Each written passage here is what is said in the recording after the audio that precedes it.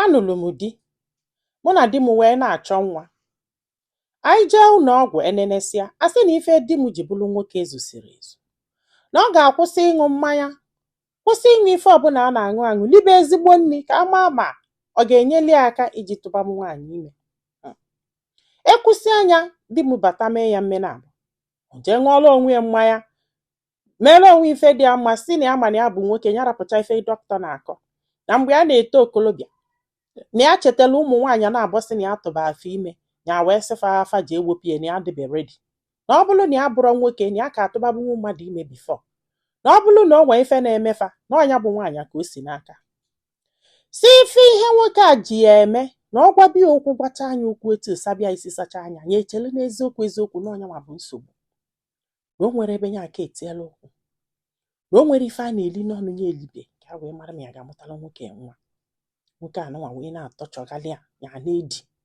Di ya wee bido maghalịba, na-esogodi ụmụ nwaanyị n'ike n'ike, ya gbanụ nkịta maka na ya nwere nsogbu. Sifana abụọ wee megide ife a wee luo 8 years, olu ofu mbọsị di ya batasịa ngwa, ya kwakọọ na ọ ga-anaba. Ya na ọ sị na ya bụrụ nwoke, mana o nwere nwaanyị ya tụbara ime, ya na-eje ka a mee gie na achọkwa na ọhịa amụ nwa ekwu nwoke atụpụrụ ya ihe n'ilo. Ya wee bụrụ ngwongwo ya wee naba. Kedu ihe a ga-emekwa?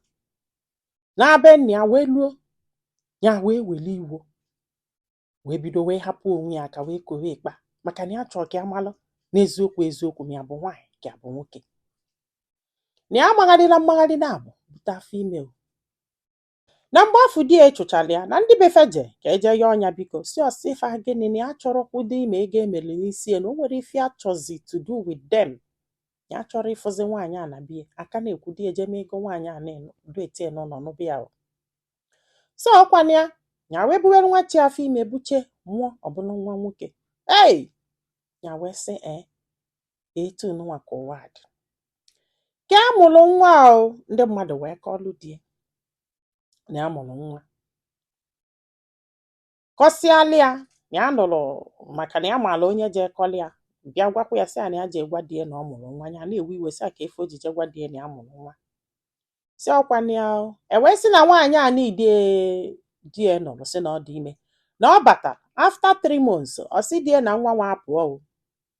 Nọ ihe o mere di ya, ọ sị di ya na nwa nwa apụọ, and since ahụ na fana abụọ ọ ga-atụbara nwaanyị a ime. Si ọkwana ofu mbọsị ya wee nọrọ be nne ya na eme ihe a na-emela onwe ya. Si nwoke wee bata sị na ya chọrọ ịnụ ya. Ya wee neneche nwoke, ọ bụrụ na nwoke bụ ezigbo mmadụ, ya wee kwelụ si ya ngwanụ ka o mee gie na nsogbu adọrọ. Nwoke wee naba na-akwadozi bọsị a ga-ebịa mee gie. Ya nọkwala ofu mbọsị kpamkpamkpam n'ọnụ ụzọ na nnekwe die o nke chụrụ ya na sị na ya ma nnọzi. Si o wee bata wee sị ya na efi abịala, na ya abịala idulu nwa. Na ya abịala idulu nwa. Ya wee sị ya nwa nke onye. O wee sị ya na mgbe a chụrụ ya, na ya bịara n'ala ndị befe egonya ma n'isi, maka ya na nwa ọbụla ọ mụtara ka bụkwa n'afọ ya ka ọ mụrụ ya nwa. For that, na nwa afọ ọ mụrụ bụ ya nwa nwunye, na ya bịa idulu nwa. Chineke! Ya sị ya ọsị ya na-ene nwoke ka ewu, because ya dụka ya sị na ya dị shocked, ya na-enye na enwere ihe a nwere ike ịgwa ele ka a sị nnọọ toghebe anya na-ene nwoke. Na-ene nwoke na the next day gbalị ya dị isi nwoke ajekwa ịchọ nwa ya nka nwa ya nọ, ya eje nwayọ gbapụgile akwụ ya gbajebe na skuul ebe nwa ya nọ, ka adụshọ na nwa ya ka nọkọrọ oke gwere onye dị olu nwa ya. Si ọkwana ya sọ nọgidezie naba. Ya wee nata wee kọbalụ ndị befe kọsịalụ ndị befe na nnekwu ihe meenụ. After 4 days, nwoke edukwelu ndị ụmụnne ya 2 elders, 5 boys wee ghanata be nne ya na ya bụ idulu nwa ya. Ị mara ya na-akọ ihe a wee na-afịa si ndị befa wee gbapụta wee sị na nke a ma mmekwa. Si makwa na ụfọdụ ebido kwubesi n'eziokwu na nwaanyị atụọ ime n'ezi, ọ bụrụ na di ya ka ewere nga na ọ dị ka nwee nwa afọ.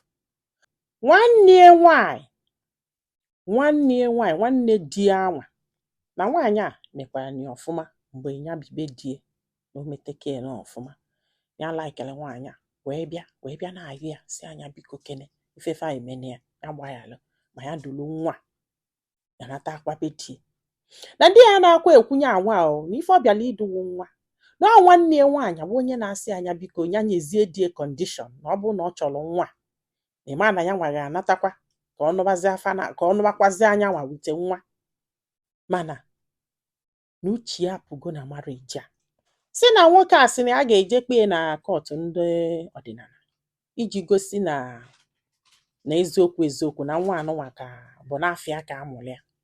Chetakwa na o nwere nwoke nke chọrọ ịbịa mee gie andị na ya kwere nwoke afọ nkwa na fa kwekọtara na ọ bụrụ na o mesie ege na fa ga-akpọrọ nwaanyị amụrụ zụọ anya dọka nwa fa.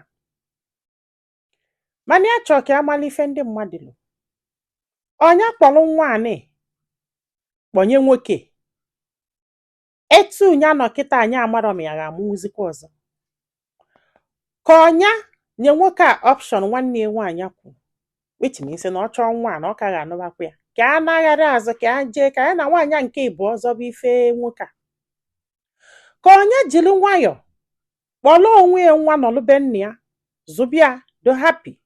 Kedu ife ilo? Ọ bụrụ na ikesi ozi a biko gwa m ife ilo na comment section maka na ọ ga-enyere nwaanyị aka iji ma ife ọ ga-eme. Ndị be anyị daalụ.